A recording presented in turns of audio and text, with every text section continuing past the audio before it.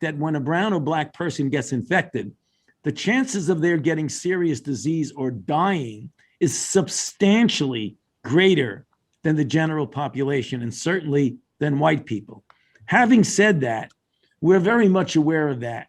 So when you get to the issue of testing, but particularly vaccine, what the president has done as part of his plan, the strategic plan that he put out about a week and a half ago, is outreach into the minority population with community vaccine centers, with putting vaccines in pharmacies that are located in areas accessible to brown and black people, to do mobile units to go into not easily accessible areas and neighborhoods.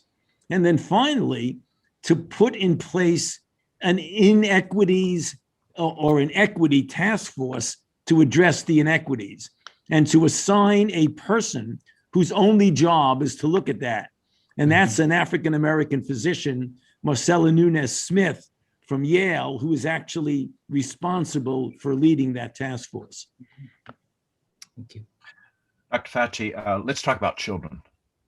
I know I have 5 little grandkids that are watching this particular interview. In fact, they just sent me a little picture and a note, you know, you're doing good. So schools are safe to open. I've read that. Parents are struggling. They're stressed. They have their own work at home, but now they're trying to also help educate the children at home. Children, the concern is they're becoming Zoom zombies. When are we going to open these schools? Is it a situation where once again you have political science and biological science? We have school boards and teachers unions that are at impasse. Are the schools safe? When can we get these schools open? And if you were king for a day, what would you do now to get these schools open and get kids back in school? Well, President Biden has made it very clear that what he wants to do is to get all kids K-8 in school within the first 100 days. Now, obviously, you're very well aware, Governor, because you alluded to it, to the conflict, teachers unions, parents, et cetera, et cetera. The default position should be to do whatever we possibly can to get children to get back to school and stay in school for the very reasons that you alluded to. The disruption, psychologically and otherwise, to the children, the impact on working families.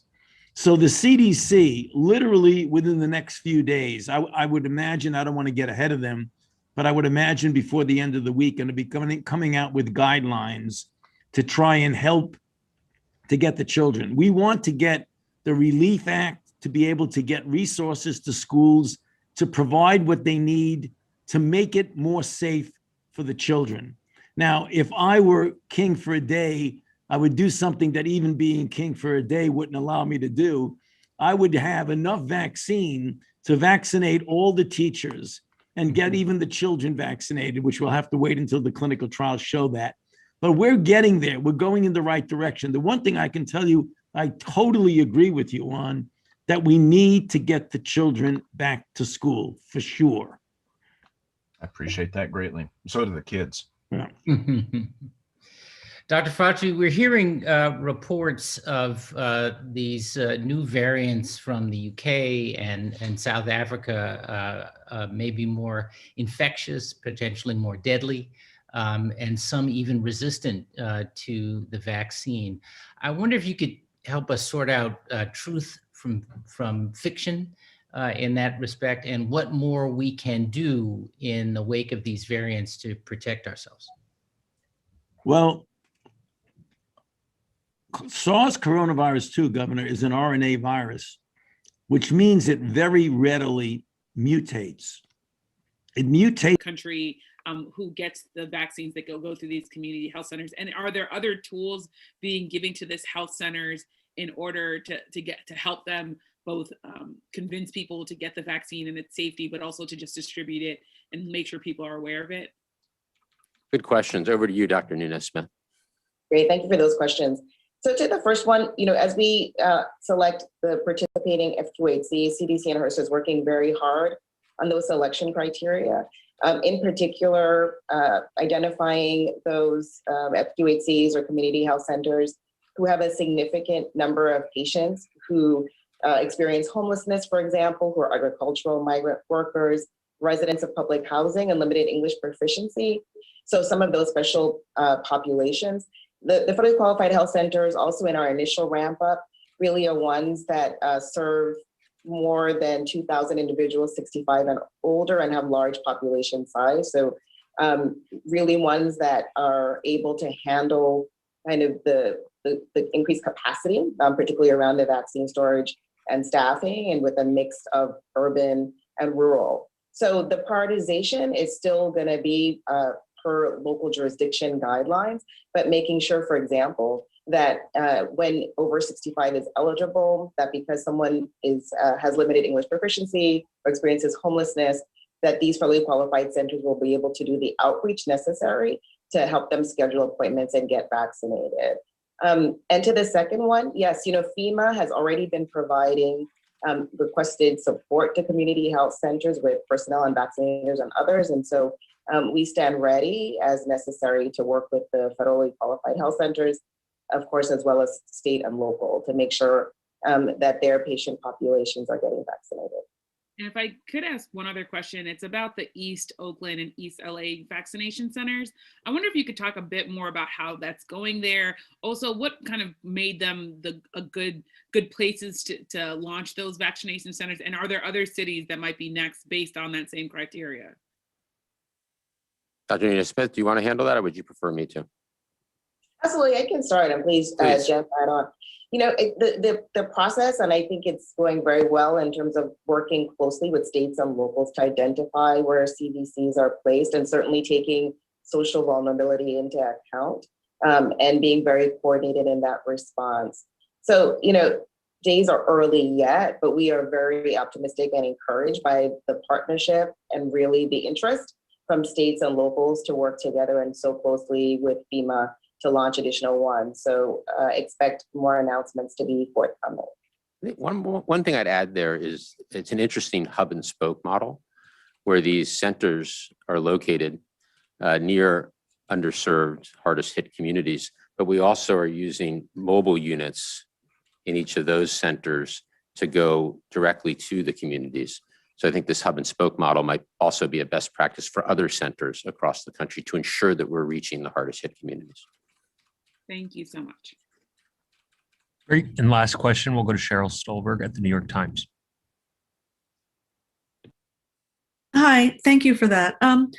Two questions. First, on the 5% increase, is that expected? Was that just as a result of expected supply increasing? And separately, there's a lot of confusion among the public about signing up for vaccines. And I'm wondering, is this pharmacy program going to have its own individual sign up? Will people have to, try to get on some website to sign up through their pharmacy, or will they still be going through their county health departments? How is that going to work to try to alleviate some of the confusion among the public? Okay, well, thank you for both questions.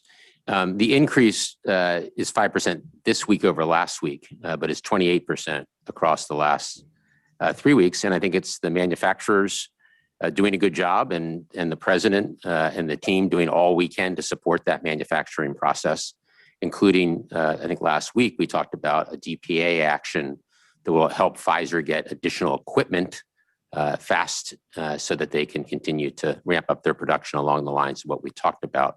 So we're doing everything we can to support the manufacturers to produce as much as they can. And we've talked about the efficiency and effectiveness of the distribution network now, no stockpile, a rolling inventory system that enables us to deliver to the states first and second doses in a very efficient way. On the pharmacy websites across states, as you know, vary quite a bit.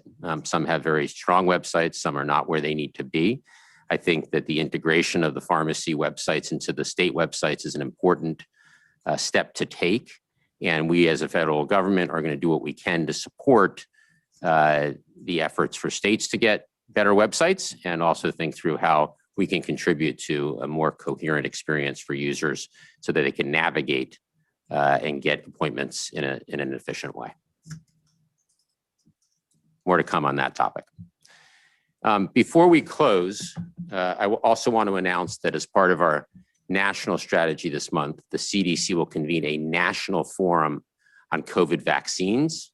The forum will bring together practitioners from national, state, tribal, local, and territorial levels who are engaged in vaccinating communities across the nation. The forum will support our goals of implementing safe, effective, and comprehensive vaccine implementation strategies to protect those most at risk and advance health equity. It's part of our effort to ensure all those in the front lines involved in vaccinating their communities have the information and the resources they need.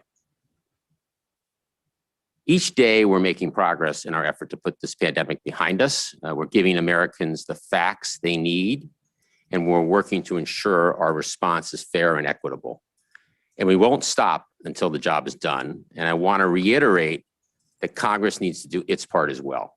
We need Congress to quickly pass the American Rescue Plan, to provide the funding we need to continue to scale up our vaccination program, and to deliver the resources that state and local leaders need to protect their communities and fight the pandemic.